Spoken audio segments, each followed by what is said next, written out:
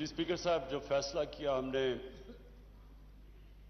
یہ سوچ کے کہ جو ہمارا دہاڑی دار ہے، ہمارے مزدور، ہمارا ڈیلی ویجر جو کہ ویکلی ویجر، وہ گھر میں کھانا ہی تب آتا ہے جب اگر وہ مزدوری کرے. ہم نے جو بڑی جلدی فیصلہ کیا کنسٹرکشن کھولنے کا، اور پھر جو اپنا سارا ایگریکلچر سیکٹر تھا اس کو ہم نے پوری طرح کھولنے کی کوشش کی جلدی سے جلدی. جو وہ ہمارا فیصلہ تھا میں سمجھتا ہوں، اور ایکسپورٹ انڈسٹری ہم نے جو کھولنے کی کوشش کی اور جلدی، میرے خیال میں جو ہم نے وہ فیصلے کیے، اور پھر ہمارا اسٹیٹ بینک نے زبردست انسینٹیوائز کیا، انہوں نے پوری مدد کی انڈسٹری کی.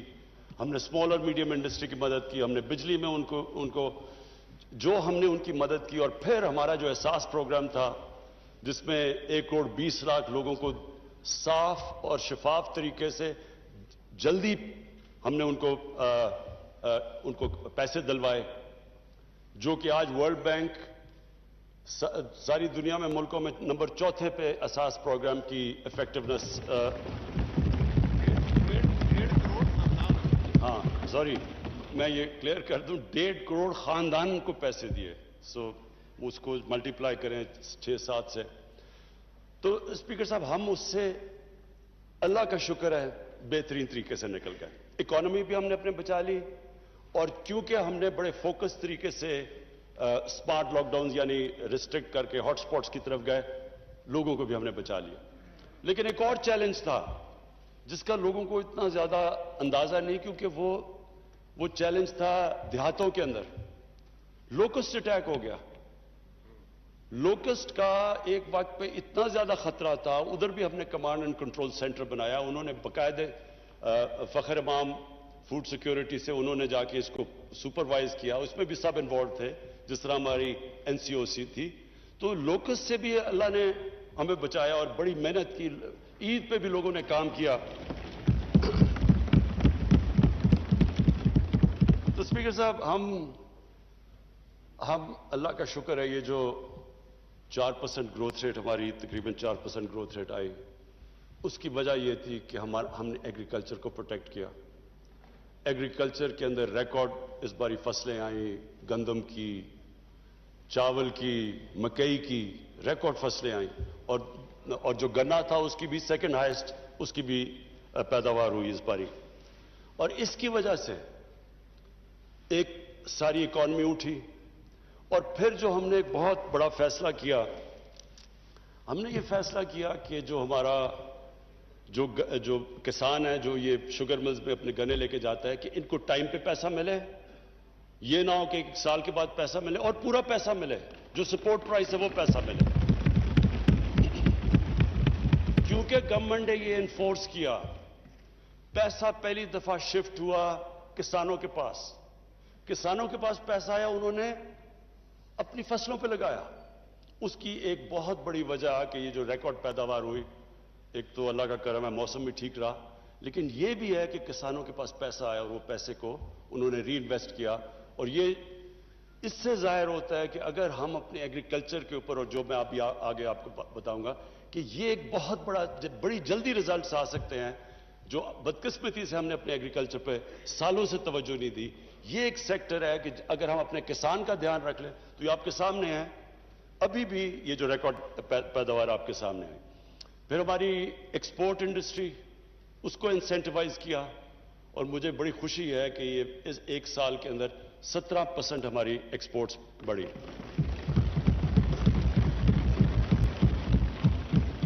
اسپیکر صاحب، جو جون کا مہینہ تھا، جون کے مہینے میں ہماری جو ایکسپورٹ صرف جون کے مہینے میں ہوئی وہ $2.7 ارب ہوئے، جو آل ٹائم پاکستان ریکارڈ ہے ایک مہینے کے اندر.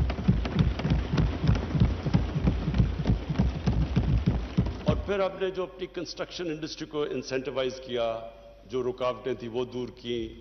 ہم نے باقاعدہ جو کنسٹرکشن انڈسٹری کے اندر لوگ تھے ان سے مذاکرات کر کے ہم نے ہر کوشش کی کہ ان کو انسینٹیوز دیے جائیں. کیونکہ جب کنسٹرکشن انڈسٹری چلتی ہے تو اس کے ساتھ، اور خاص طور پہ ہاؤسنگ، تو جتنے 30 انڈسٹریز ریلیٹڈ ہیں وہ ساری چلنی شروع ہو جاتی ہیں. تو اس کی بھی وجہ سے یہ جو گروتھ ریٹ ہماری بڑی آخر میں، یہ اللہ کا کرم تھا. اب آگے میں فیوچر میں بتا دوں، اس کے بعد واپس جاتا ہوں اپنی ویژن کے اوپر.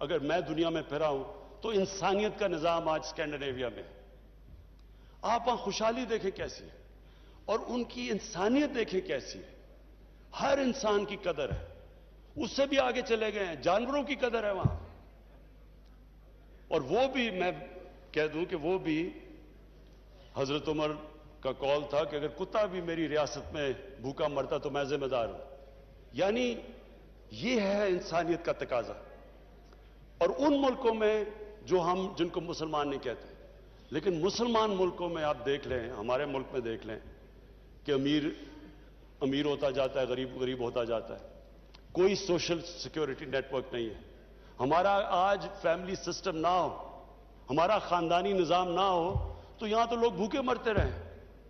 ہمیں تو آج اگر کسی نے بچایا ہوا ہے تو وہ ہمارے ایکسٹینڈڈ فیملی سسٹم نے بچایا ہوا ہے.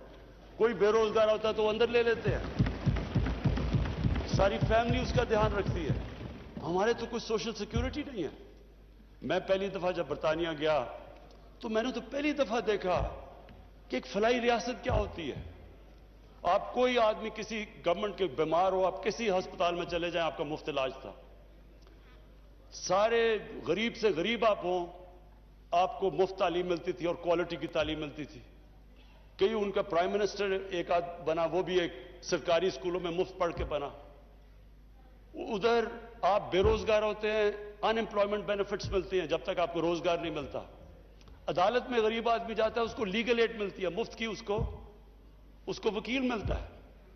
ہم نے تو پہلی دفعہ یہ دیکھا. یہاں تو اس طرح کا کانسیپٹ ابھی تک تھا ہی نہیں. تو یہ میں آج فائنانس منسٹر آپ کو اس لیے خراج تحسین پیش کرتا ہوں. یہ پہلی دفعہ پاکستان اس طرف نکل گئی ہے جدھر ہم آج سے 74 سال پہلے جانا چاہیے تھا, اسلامی فلاحی ریاست.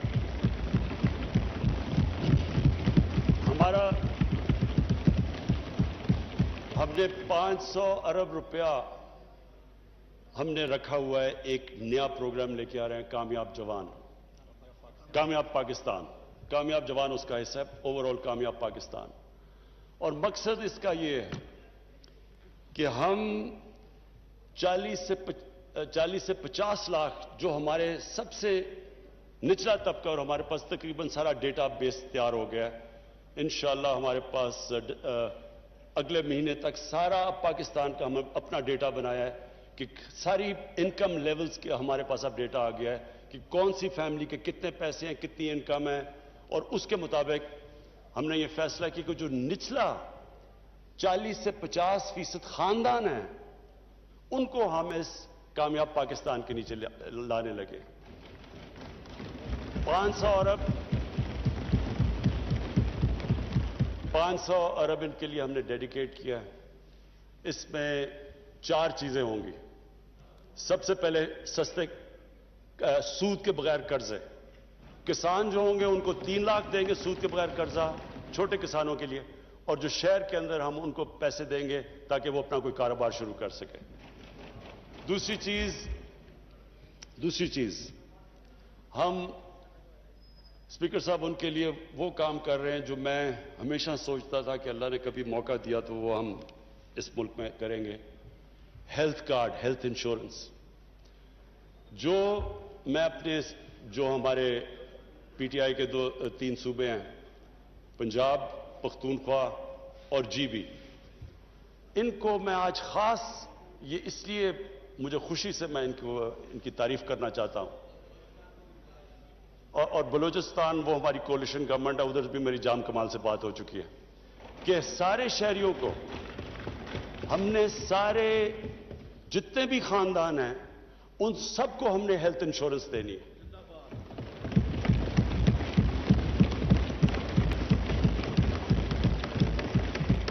اسپیکر صاحب, یہ جو بھی جس نے بھی دیکھا ہوا ہے, جس نے اس ملک میں غربت دیکھی ہے, سب سے بڑا عذاب ایک غریب خاندان پہ ہوتا ہے جب وہاں ایک بیماری ہو جاتی ہے. پہلے ان کے بجٹ نہیں مل رہا ہوتا ہے, وہ مشکل سے اپنے گھر کا گزارا کر رہے ہوتے ہیں, تو ایک فرد جب بیمار ہوتا ہے یا اس کو کوئی پیسہ خرچ کرنا پڑتا ہے, وہ قرضے لیتے ہیں, سارا خاندان غربت کے نیچے چلا جاتا ہے. یہ جو چیز کی ہے, میں اپنی ساری, اگر میں اچیومنٹ کو کہوں کہ جس سے مجھے سب سے زیادہ خوشی ہے,